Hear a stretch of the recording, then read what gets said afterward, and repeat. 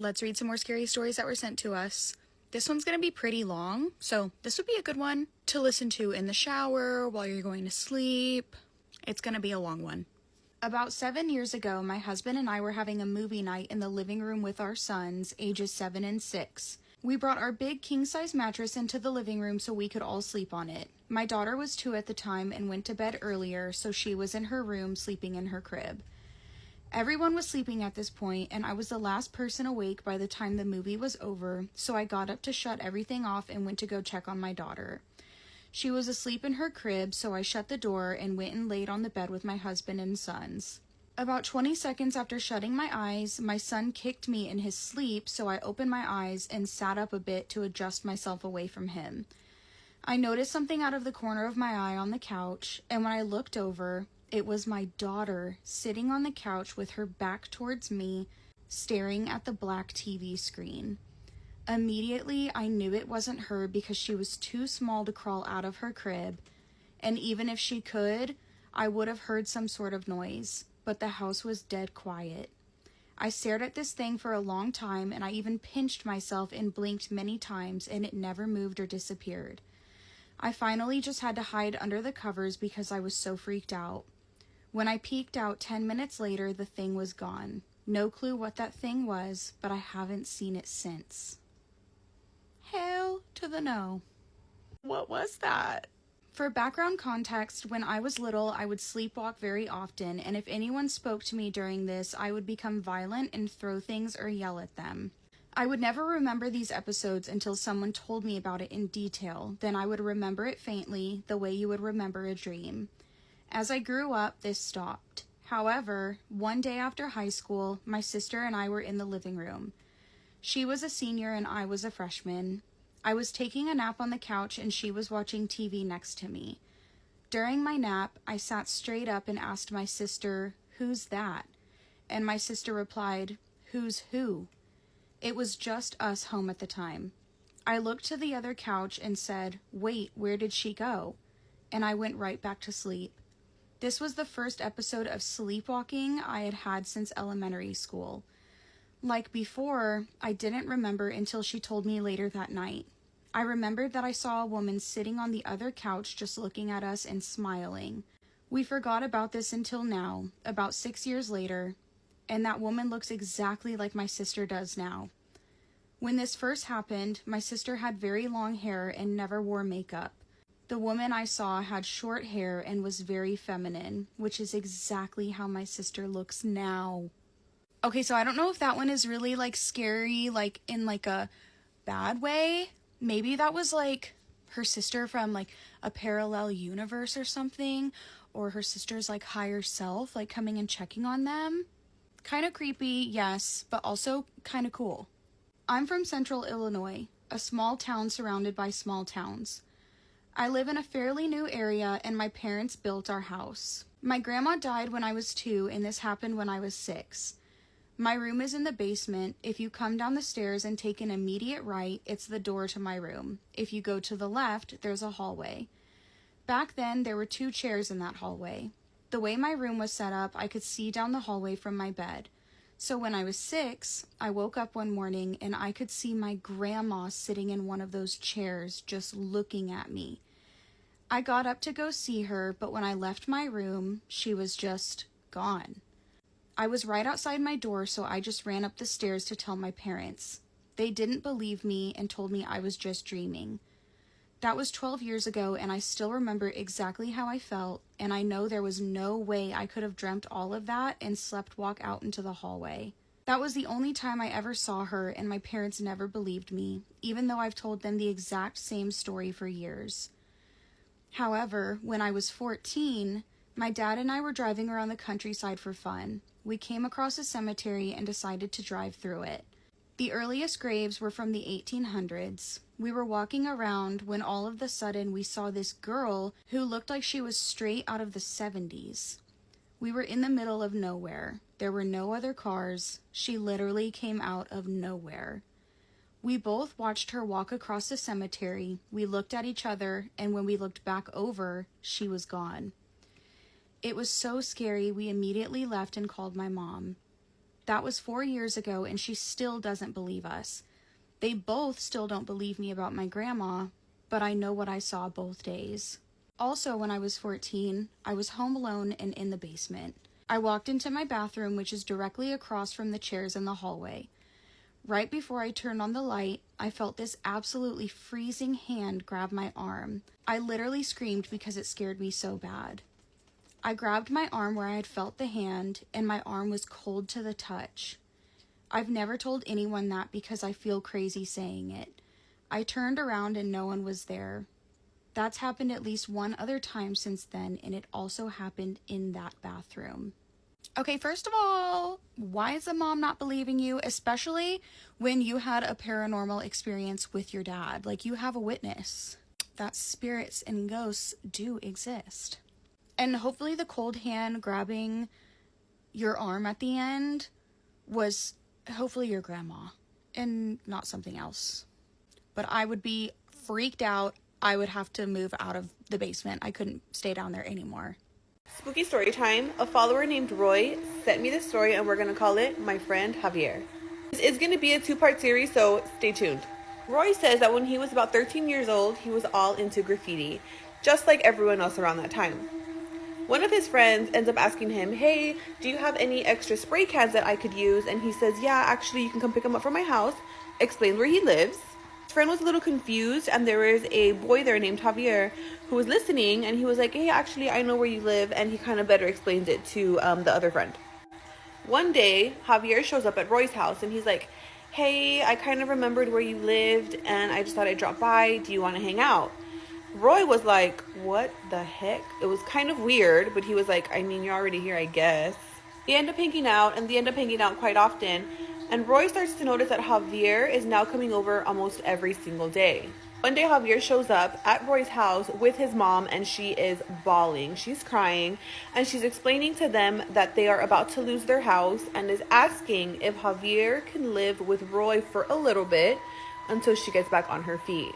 Again, Roy is like, okay, this is weird, but he felt bad. So he talked to his grandparents, and his grandparents were like, I mean, we can't let this little boy be in the street, so I guess. And as we all know, this is where things start to take a dark turn.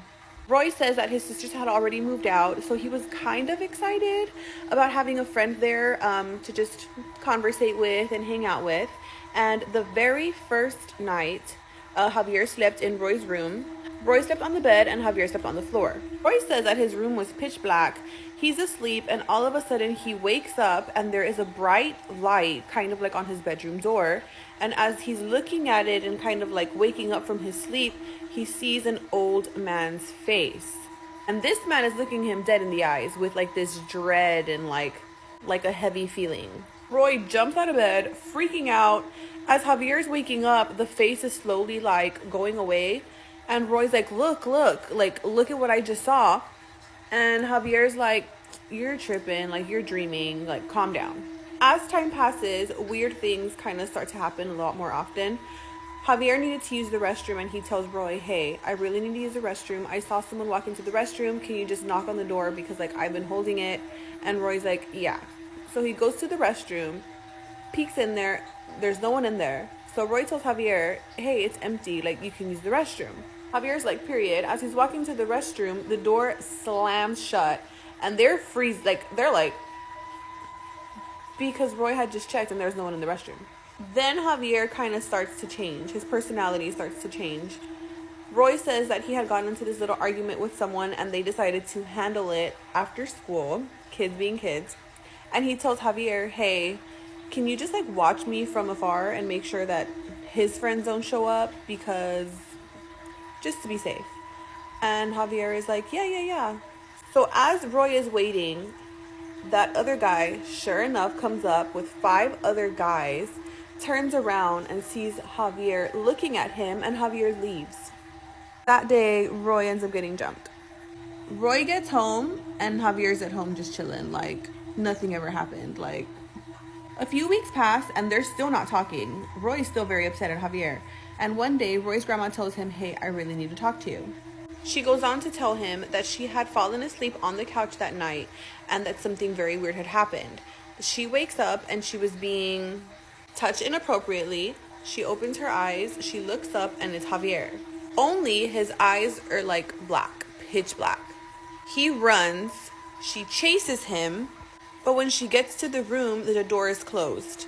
She didn't hear it open, she didn't hear it closed. She opens the door and both Javier and Roy are asleep. Something tells me that something's wrong with Javier. Something's going on. Go to part 2. Can we show him the older homestead? Yeah, let's go.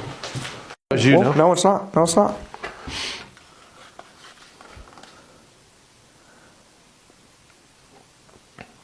Was that you? Yeah, that's on either side. It went to both. Yeah.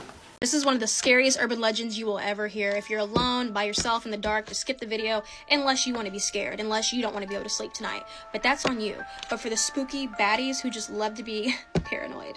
This is the story of Tsukima Anna, one of Japan's most unsettling urban legends. She's known as the girl in the gap. You know how when you leave your closet a little bit cracked open, or you leave like a cabinet door a little bit cracked open, or even under your bed? That's where she is, that's where she hides. Places that creep you out to look in most of the time. When it comes to Tsukima Anna, you must avoid looking in the cracks of your home. If you leave a cabinet door open, don't look in it. If you leave your door open, don't look in it. If your closet is cracked open, any slight way, don't look in it. This story started a long time ago when a boy was living in a 2-story apartment. He was on the 2nd floor, and he felt like something was watching him for a very long time after he moved in. He just always felt like everywhere dark. It was just like the cracks of everything, like behind his dresser, under his bed. Like every single time he left a door open or a cabinet open, he felt like something was watching him from it, and he didn't feel like he was going crazy at first until it just kept happening. And as weeks and months went on, he was like, there's just something off here. Something is watching me. He tried to avoid looking in the cracks in his home for a long time until he just succumbed to the urge to just look. And when he did one day,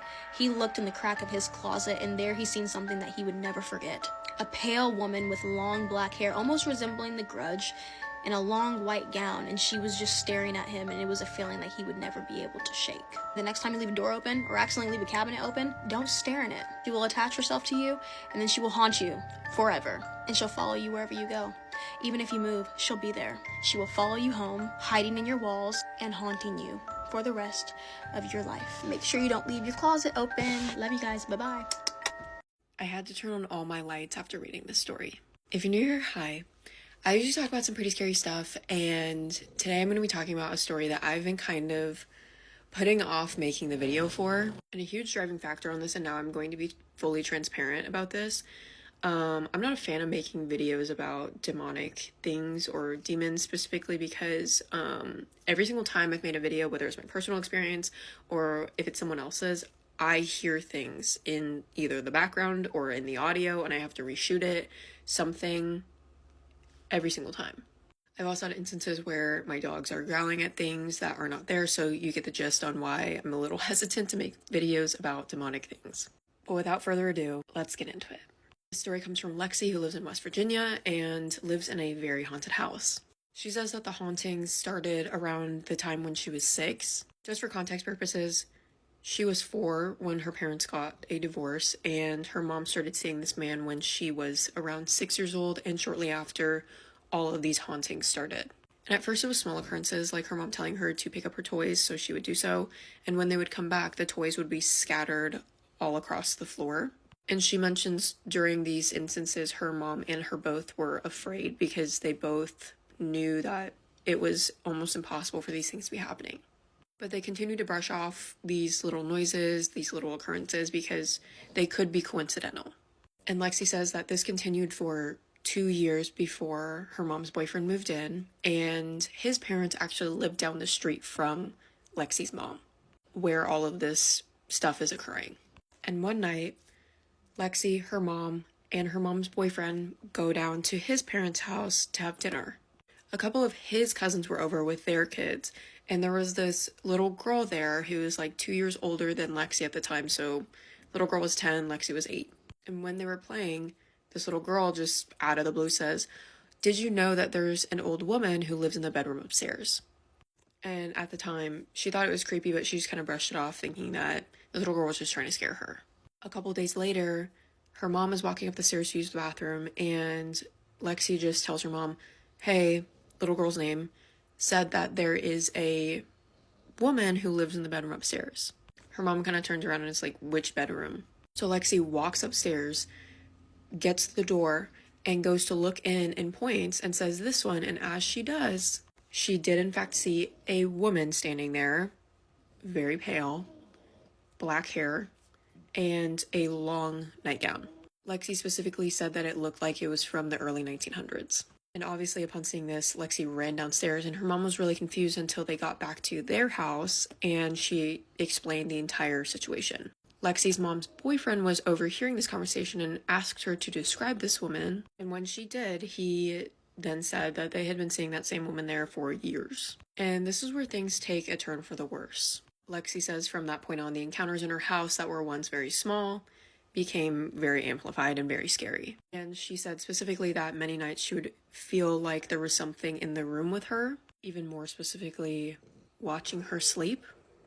But again, she brushed it off because she thought she was just scared. Until she was having a friend sleep over, and her friend woke her up in the middle of the night to specifically tell Lexi that she had seen a woman looking at her from over the footboard, just like this. And Lexi thought it was a joke until her friend described the exact same woman she had been seeing. And I guess things get even worse, because after this instance, Lexi's mom begins telling her that she has been seeing her walk around the house when she is not home. She can hear Lexi talking when she is not home. And Lexi had been seeing this woman in mirrors, like when she's brushing her teeth, for example. And on top of this, and what I think is the scariest, Lexi would hear clapping when nobody else was home, and people talking when nobody else is home. And most recently, she tells me that they have 2 dogs, and she brought one of the dogs into her room when she starts to hear the other dog whining and a woman talking to her dog. So immediately she opens the door, tells the other dog, like, "Mom's home." The dog does not get up and greet her mom like he would normally do. And when Lexi walks out to go see her mom, she finds out that her mom is not home, her car is not in the driveway, and she is still at work. So again, she goes back in her room, closes the door, clear as day, hears a woman say, "Come here, where are you?" And she can hear the dog go from whining to barking. So immediately she thinks that someone has broken into her house. She locks her door, gets her softball bat out, and calls her mom to come home immediately. The dog she had with her began barking, and thankfully her mom only works like 10 minutes away, so she rushed home. But during the time of her mom coming home, Lexi began to hear heavy footsteps coming towards her door.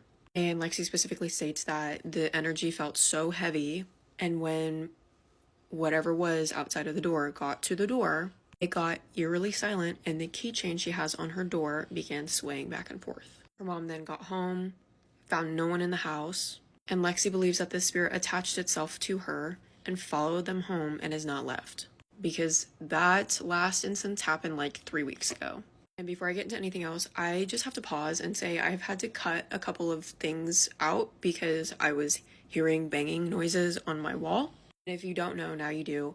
I either film early in the morning or late at night. I do this because then I don't have to worry about outside noises or my neighbors being awake, etc.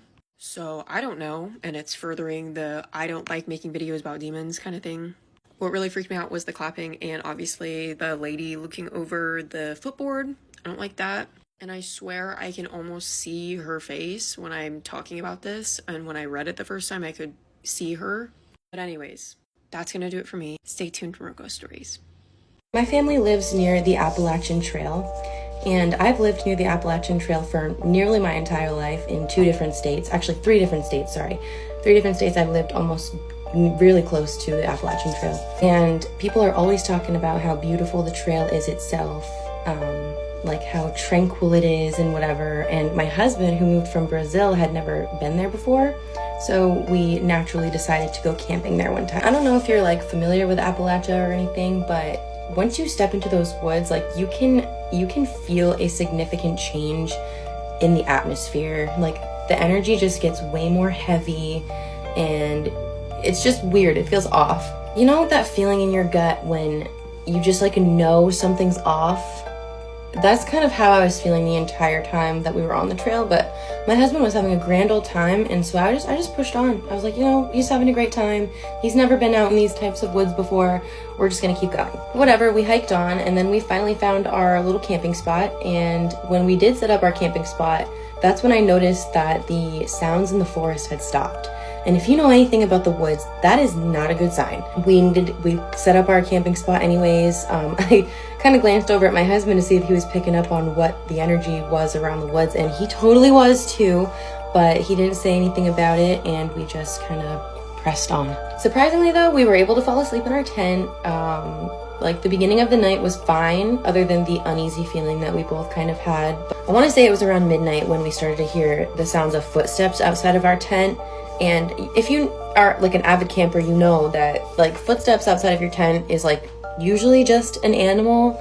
However, you can always tell when it's an animal walking on 4 legs versus 2. If you know what I mean? So when we heard the footsteps, we froze and we listened, and we were like, yo, this is not the sound of an animal. Like, we could hear like kind of this low guttural growling that didn't sound like a bear. It didn't sound like any kind of animal that we've ever heard of before. Kind of like it wasn't a human, but it also wasn't quite animal. If that makes any sense. Does that make sense? I don't know what to tell you. It just sounded wrong. So my husband, being the big bad Brazilian that he is, he unzipped the tent and stuck his head out. Whatever he saw had him so damn shook that he muckled onto my arm so hard, and he said, don't move. Don't move. He was like, don't look, don't look, don't look, don't move, don't look. And of course I looked. And what I saw has absolutely deterred me from going camping on the Appalachian Trail since. It was like this tall, pale, kind of like too thin to be a man type figure. Its arms were really gangly, like they were too long for its body. Mind you, I couldn't see it very clearly, okay, so I'm just like kind of telling you what the outline of what I saw looked like. I could tell that its head was kind of cocked to the side, like something does when it's kind of studying you, you know, like an animal or like something curious. It's like, and although I couldn't see its figure completely, I did see its glowing, creepy looking eyes. They looked like the glowing eyes of an animal off in the woods, but you know, they were like up too high to be an animal. It looked like a person, but somebody who's too tall to be a person, but they were standing like a man. Does that make sense to you? I don't really know how to explain it, but my mind knows what it looks like. We stayed locked in place, barely breathing, clutching on to each other, shaking. My chest felt like it was going to explode from holding everything in. Like the anticipation was absolutely crazy. Was this thing going to run at our tent? What was this thing going to do? Every instinct in my body told me to scream and run away, but both of those things in Appalachia are an absolute no-no. Those types of creatures love a good chase. Number 1 rule in Appalachia is if you've seen something, no you didn't. If you've heard something, no the fuck you didn't. And if you ever see something, you're supposed to just back away slowly. Not pay attention. I didn't see anything. I'm just gonna go back to my car. Yeah, anyway, after what seemed like forever, this thing finally stopped staring into our souls, dropped on all 4s, and then skittered into the woods as fast as it could. When I say fast, like it was like there and then it wasn't. Like, yeah, we didn't go investigate, obviously. We hunkered down in our tent and we didn't move or sleep for the rest of the night. And as soon as the sky turned even the lightest bit of gray, we sprung into action and tore up our whole entire campsite and left as soon as we could. I've heard so many other stories of creepy things happening to people on the Appalachian Trail. So honestly, it just kind of seems like a thing that happens when you go there, which makes sense. I mean, those are the oldest mountains in America. They have a lot of history, a lot of creatures that we refuse to acknowledge. So if you ever decide to go to Appalachia, do not forget the rules of the woods. What the fuck was that? Bro, What's going on around you? I don't know. I'm frozen. I am frozen. Did the window Sean. break? This is a story time from my cousin who was at the Christina Grimmie concert when she was unalived on stage. So she gave me permission to share her POV. So this is not from my POV, but I'm going to be telling it like it is, but you just know that it's my cousin's story. So I was 17 years old when I saw Christina Grimmie on stage for the very first and last time ever. I'd been watching her since I was a kid, like back in 2009, just when I was like 10 years old. I just remember using my mom's laptop to scroll on YouTube when I came across this petite little girl whose smile looked like it would never fade. The exact video that I saw was when she was singing the Miley Cyrus cover. I can't remember the exact song it was. And I remember being completely enamored because it was just this girl, her keyboard, her voice, and a dream. Basically, I grew up with her music. Like, her voice matured as I matured. So, like, I literally watched her from the time she was starting to post YouTube videos to the time that she went on The Voice to the very time that she went to Orlando for her very first concert. And I knew I needed to buy a ticket right then and there. I knew I needed to have a front row seat to her come up because I knew it was going to be big. So this concert took place in 2016 in Orlando, and I think she was playing with Before You Exit.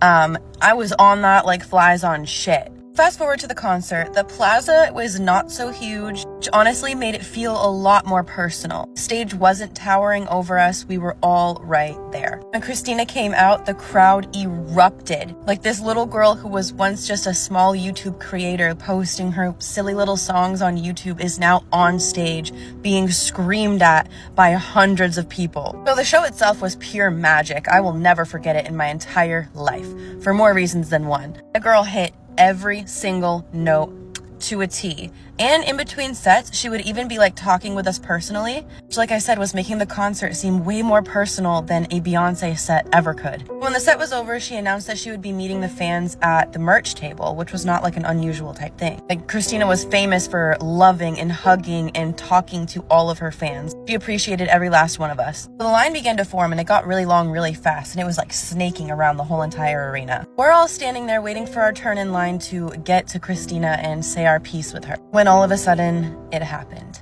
And to be honest, it all happened so fast that it didn't even feel real. I had to do a lot of reflecting to like fully come to terms with what actually happened in my vicinity. So what happened was the next person in line was this man, and Christina had opened up her arms to greet him. But instead of reciprocating her love and affection, and then a flash of metal and a deafening crack, everyone scattered.